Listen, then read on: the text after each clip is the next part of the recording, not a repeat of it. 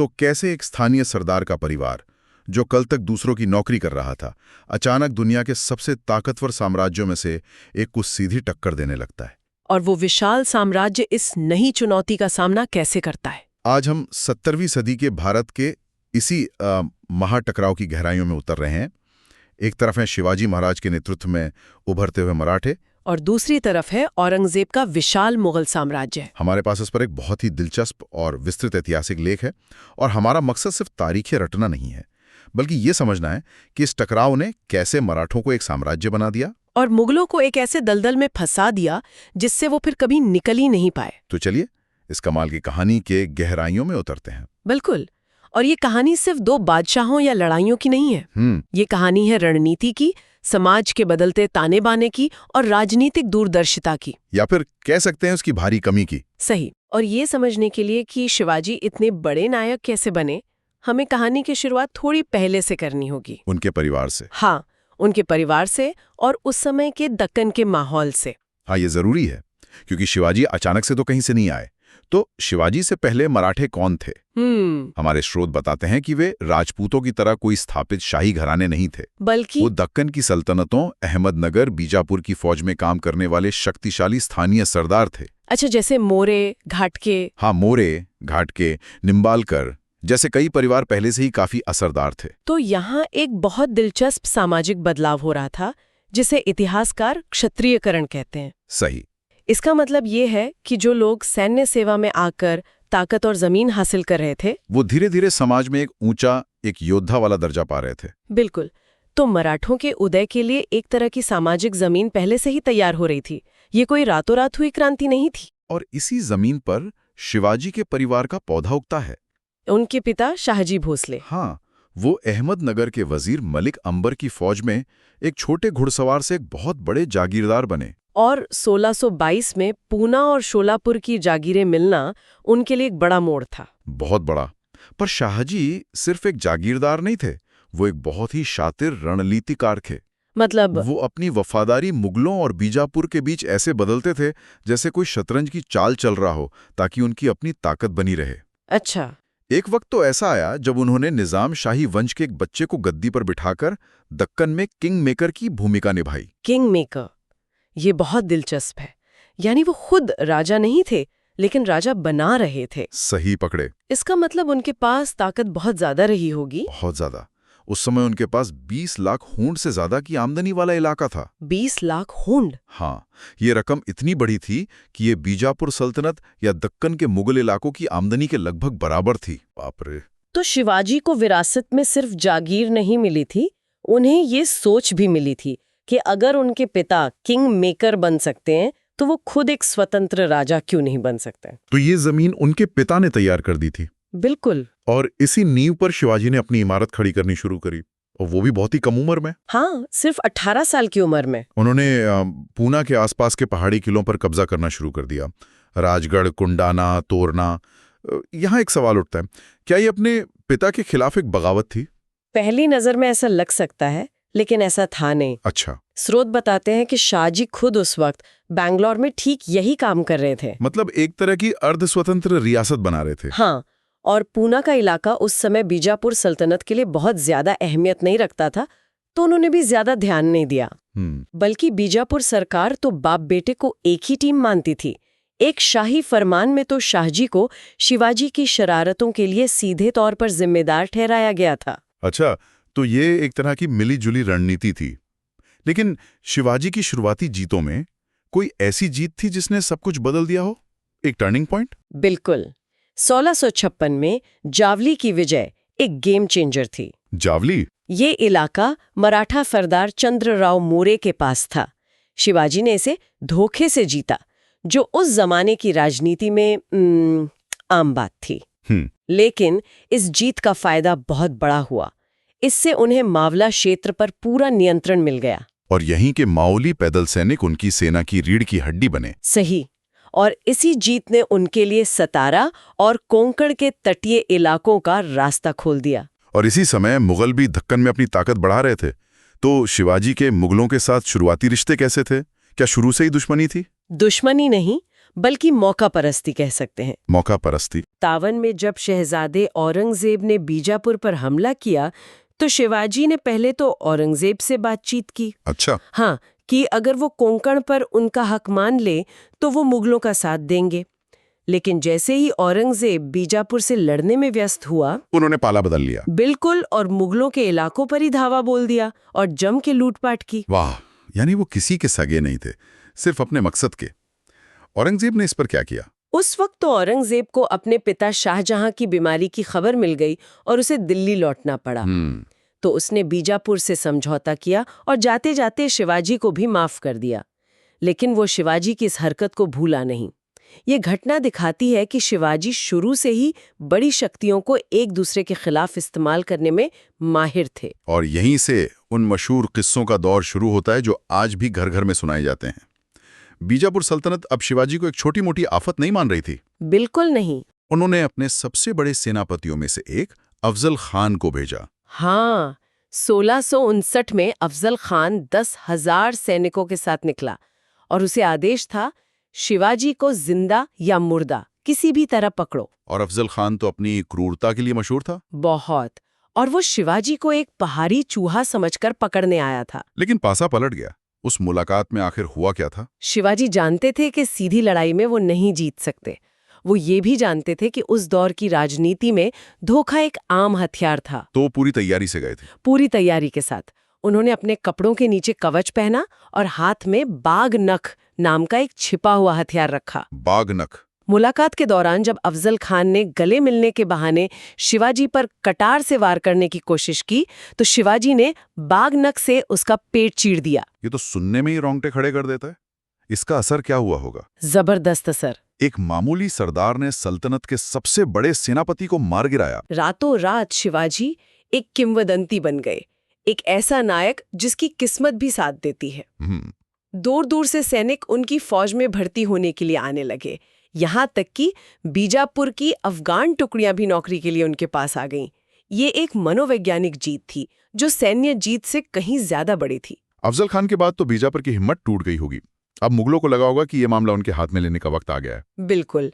अब बादशाह बन चुके औरंगजेब ने अपने मामा शाइस्ता खान को एक विशाल सेना के साथ दक्कन का सूबेदार बनाकर भेजा। और शाइस्ता खान ने आते ही पूना पर कब्जा कर लिया, जो शिवाजी का घर था। हाँ, ये एक मनोवैज्ञानिक दांव था। शाइस्ता खान वहीं लाल महल में रहने लगा जहां शिवाजी का बचपन बीता था। यानी शिवाजी के अपने ही घर में। ये तो सीधे सीधे उन्हें नीचा दिखाने वाली बात थी। फिर शिवाजी ने इसका जवाब कैसे दिया? यहीं पर शिवाजी की दिलेरी और दुस्साहस दिखता है। उन्होंने 1663 में एक ऐसा काम किया जो किसी ने सोचा भी नहीं था। क्या किया उन्होंने? वो सिर्फ 400 चुने हुए सैनिकों के साथ एक बारात का बहाना बनाकर रात के अंधेरे में पूना शहर में घुस गए। वो सीधे लाल महल में शाइस्ता खान के हरम तक पहुंच गए। क्या? सीधे उसके बेडरूम में? ये कैसे मुमकिन हुआ? यही तो उनकी खासियत थी। उन्हें उस इलाके का चप्पा चप्पा पता था। उस हमले में शाइस्ता खान का बेटा मारा गया। अरे! और खुद शाइस्ता खान अंधेरे में खिड़की से कूदकर भागते हुए अपनी उंगलियां गंवा बैठा। ये मुगल सल्तनत के लिए एक बहुत बड़ी बेइज्जती थी। बादशाह का मामा, दक्कन का सूबेदार, अपनी राजधानी में अपने महल में पिटकर भाड़ा। हाँ, इस घटना ने शिवाजी की प्रतिष्ठा को आसमान पर पहुंचा दिया। और इस बेइज्जती के बाद उन्होंने एक और चोट की। 1664 में सूरत की लूट। सूरत उस वक्त मुगलों की सबसे अमीर बंदरगाह थी। मक्का जाने का रास्ता भी। उसे लूटना तो सीधे साम्राज्य के सीने पर हमला करने जैसा था। सही कहा।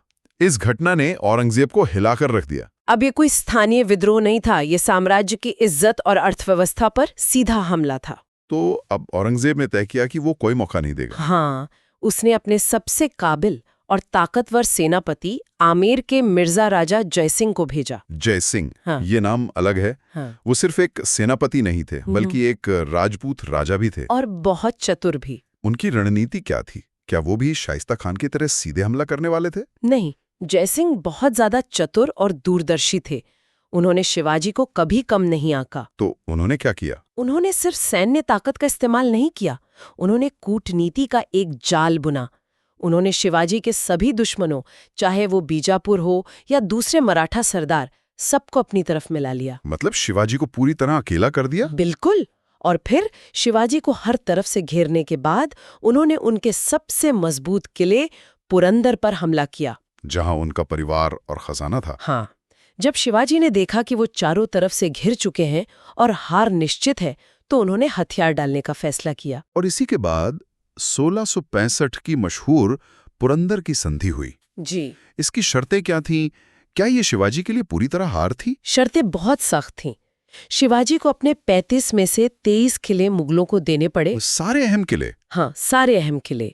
बदले में जयसिंह ने एक दिलचस्प प्रस्ताव रखा। क्या? उन्होंने शिवाजी को बीजापुर के कुछ इलाके देने का वादा किया, इस शर्त पर कि शिवाजी उन्हें मुगलों के लिए खुद जीतेंगे। मतलब मराठों और बीजापुर को आपस में लड़ाकर दोनों को कमजोर करना। ये तो काफी चतुर योजना लगती है। थी तो, लेकिन इसमें एक पेच था। जैसा कि स्रोत बताते हैं, ये सब औरंगजेब के समर्थन पर टिका था। और औरंगजेब का इस योजना पर क्या कहना था? औरंगजेब को शिवाजी पर रत्ती भर भी भरोसा नहीं था। उसने जयसिंह को लिखे खत में साफ कहा, अगर वो यानी शिवाजी ये इलाके ले सकता है तो उसे आदिल शाह से छीन लेने दो। मतलब मुगल सल्तनत इस काम में कोई मदद नहीं करेगी? बिल्कुल। वो इस गठबंधन को लेकर बिल्कुल भी उत्साहित नहीं था। और इसी भरोसे की कमी के कारण वो आगरा वाली घटना हुई, जो एक ऐतिहासिक भूल साबित हुई। हाँ, जयसिंह ने आखिर शिवाजी को आगरा जाने के लिए मनाया कैसे? जयसिंह ने उन्हें अपनी सुरक्षा का निजी वादा किया और समझाया कि बादशाह से मुलाकात उनके भविष्य के लिए अच्छी होगी। लेकिन आगरा में जो हुआ वो एक तमाशा था। दरबार में उन्हें 5000 के मनसबदारों की लाइन में खड़ा कर दिया गया। हाँ, एक मिनट, ये मनसबदार व्यवस्था क्या थी? 5000 का रैंक सुनने में तो बड़ा लगता है, ये अपमानजनक क्यों था? देखिए, मनसबदारी मुगल साम्राज्य का प्रशासनिक और सैन्य ढांचा था। 5000 का मनसब कोई छोटा पद नहीं था, लेकिन शिवाजी जैसे योद्धा के लिए, जिसने मुगलों को सालों तक सीधी टक्कर दी थी, ये कुछ भी नहीं था। और सबसे बड़ा अपमान ये था कि उनके नाबालिग बेटे संभाजी को भी यही रैंक दिया गया था। बिल्कुल, ये साफ संदेश था कि औरंगजेब की नज़र में शिवाजी एक मामूली सरदार से ज्यादा कुछ नहीं थे। ये सुनकर तो कोई भी आग बबूला हो जाएगा। और शिवाजी ने वही किया। वो गुस्से में दरबार से बाहर चले गए और फिर उन्हें नजरबंद कर दिया गया। और यहीं से कहानी पूरी तरह पलट गई। आगरा की कैद और फिर फलों की टोकरी में छिपकर वहां से फरार हो जाना। इस घटना ने साबित कर दिया कि औरंगजेब और शिवाजी के बीच कोई समझौता मुमकिन नहीं है। औरंगजेब ने शिवाजी की ताकत को समझने में बहुत बड़ी गलती की। उसकी नजर में शिवाजी सिर्फ एक छोटे भूमिया यानी जमींदार थे। हाँ, वो मुगल साम्राज्य के अहंकार में ये देख ही नहीं पाया कि एक नई राजनीतिक शक्ति का उदय है। ये औरंगजेब की सबसे बड़ी रणनीतिक भूलों में से एक थी। आगरा से लौटने के बाद तो शिवाजी और भी ताकतवर होकर उभरे होंगे। हाँ, उन्होंने 2-3 साल शांति रखी और फिर 1670 में एक साथ अपने सारे खोए हुए किले वापस जीत लिए और सूरत को दोबारा लूटा। हाँ, और फिर 1674 में उन्होंने जो किया उसने सबको चौंका दिया। रायगढ़ में अपना राज्याभिषेक करवाया, एक स्वतंत्र राजा के तौर पर। इसका क्या महत्व था? इसके कई मतलब थे। पहला, इसने उन्हें दूसरे मराठा सरदारों से कहीं ऊंचा दर्जा दे दिया, जो अब तक उन्हें अपने बराबर का मानते थे। दूसरा, उन्हें एक उच्च कुल का क्षत्रिय घोषित किया गया, जिससे उनकी सामाजिक स्थिति मजबूत हुई। और तीसरा, एक स्वतंत्र शासक के रूप में अब वो बीजापुर और गोलकुंडा के सुल्तानों के साथ बराबरी की हैसियत से संधियां कर सकते थे। अब वो सिर्फ एक विद्रोही जागीरदार नहीं, बल्कि एक राजा थे। बिल्कुल। एक राजा के तौर पे उन्होंने अपना प्रशासन कैसे चलाया? क्या उन्होंने मुगल व्यवस्था की नकल की? काफी हद तक उनका प्रशासन दक्कन की सल्तनतों की व्यवस्था पर ही आधारित था। उन्होंने अष्टप्रधान यानी 8 मंत्रियों की एक परिषद बनाई। लेकिन ये आज की कैबिनेट जैसी नहीं थी। नहीं, यहाँ हर मंत्री सीधे राजा के प्रति जवाबदेह था। उनका मुख्य ध्यान एक मजबूत सेना बनाने और राजस्व इकट्ठा करने की एक कारगर प्रणाली बनाने पर था। और उनकी राजस्व प्रणाली कैसी थी? हमने चौथ और सरदेशमुखी के बारे में बहुत सुना है, ये क्या था? ये उनकी आय का सबसे बड़ा जरिया थे और बहुत ही चतुर व्यवस्था थी। चौथ का मतलब था पड़ोसी मुगल इलाकों के कुल भू राजस्व का 1/4 हिस्सा। अच्छा। और सरदेशमुखी, वो उसी राजस्व का अतिरिक्त 10% था। असल में ये मराठा हमलों से बचने के लिए एक तरह का प्रोटेक्शन मनी था। अच्छा। अगर मुगल सूबेदार ये रकम देते तो मराठे उनके इलाके में लूटपाट नहीं करते। इस तरह उन्होंने मुगल इलाकों के अंदर ही अपनी एक समानांतर सत्ता बना ली थी। ये तो कमाल की रणनीति है। मतलब मुगलों के ही पैसे से मुगलों के खिलाफ लड़ाई। लेकिन 1680 में शिवाजी की मृत्यु हो गई। हाँ। इसके बाद औरंगजेब को लगा होगा कि अब मराठा शक्ति खत्म हो जाएगी। उसे यही लगा। शिवाजी की मृत्यु के बाद औरंगजेब खुद एक विशाल सेना लेकर दक्कन आया। उसकी शुरुआती योजना ये थी कि बीजापुर और गोलकुंडा की सल्तनतों को मराठों के खिलाफ इस्तेमाल किया जाए। लेकिन ये काम नहीं आया। थे वो कभी नहीं चाहते थे कि मराठे पूरी तरह खत्म हो जाएं। तो औरंगजेब ने अपनी रणनीति बदली। हाँ, 1684 के आसपास औरंगजेब इस नतीजे पर पहुंचा कि मराठों को जड़ से उखाड़ने के लिए पहले उन सल्तनतों को खत्म करना होगा जो उन्हें पनाह देती हैं। और उसने यही किया। उसने अपनी पूरी ताकत झोंक दी और 1686 में बीजापुर और 1687 में गोलकुंडा दोनों पर कब्जा कर लिया। उसे लगा कि अब दक्कन में उसका एक छत्र राज है। और इसी जीत के नशे में उसने 1689 में शिवाजी के बेटे संभाजी को पकड़कर एक क्रूर तरीके से मरवा दिया। क्या ये उसकी आखिरी और सबसे बड़ी गलती थी? शायद सबसे बड़ी। उसे लगा कि नेता को खत्म करने से आंदोलन खत्म हो जाएगा। लेकिन हुआ इसका ठीक उल्टा। बिल्कुल। संभाजी की मौत ने मराठों को एकजुट होने का एक मजबूत कारण दे दिया। अब लड़ाई किसी एक राजा के लिए नहीं, बल्कि धर्म और स्वराज के लिए हो गई। और अब कोई एक केंद्रीय नेतृत्व नहीं था। सही कहा। हर मराठा सरदार अपने इलाके में मुगलों के खिलाफ एक राजा बन गया। लड़ाई एक जगह से फैलकर पूरे दक्कन में एक जन युद्ध बन गई। और युद्ध सालों दशकों तक चलता रहा। औरंगजेब अपनी जिंदगी के आखिरी 25 साल दक्कन में ही फंसा रहा। हाँ, 80 साल से ज्यादा की उम्र में एक किले से दूसरे किले को खुद घेरता रहा। इसका मुगल साम्राज्य पे क्या असर पड़ा? साम्राज्य खोखला हो गया। मुगल सेना को भारी नुकसान हुआ और जो सैनिक और सरदार बचे थे उनका मनोबल पूरी तरह टूट चुका था। यहाँ तक कि कई मुगल जागीरदारों ने मराठों से गुप्त समझौते कर लिए थे। हाँ, और उन्हें चुपचाप चौथ देने लगे थे ताकि उनके इलाके बचे रहें। यानी वही टैक्स जो शिवाजी ने शुरू किया था। जी, इसी ने साम्राज्य के जागीरदारी संकट को चरम पर पहुंचा दिया। साम्राज्य के पास अपने अमीरों और मनसबदारों को वेतन के बदले देने के लिए अच्छी उपजाऊ जागीरें ही नहीं बची थी, जिससे भ्रष्टाचार और अकुशलता बढ़ गई। बिल्कुल। दक्कन के इस कभी न खत्म होने वाले युद्ध ने मुगल प्रशासनिक व्यवस्था की सारी कमजोरियों को उजागर करके रख दिया। तो इस पूरी कहानी का निचोड़ क्या है? हमने एक तरफ एक क्षेत्रीय शक्ति का जमीन से उठकर एक साम्राज्य बनने का सफर देखा, और दूसरी तरफ एक ताकतवर साम्राज्य का एक ऐसे युद्ध में फंसकर धीरे धीरे पतन देखा जिसे वो कभी जीत ही नहीं सका।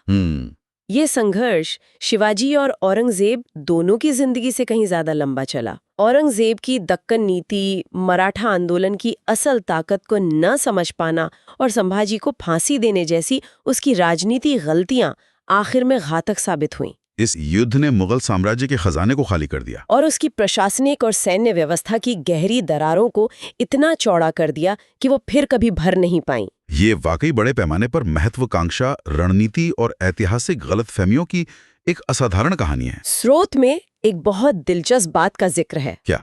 दक्कन की इस अंतहीन युद्ध को देखकर उस समय के कई समझदार मुगल अमीरों और पर्यवेक्षकों ने खुद औरंगजेब की बुद्धिमत्ता पर सवाल उठाना शुरू कर दिया था। और ये हमें एक बड़े सवाल पर सोचने के लिए मजबूर करता है।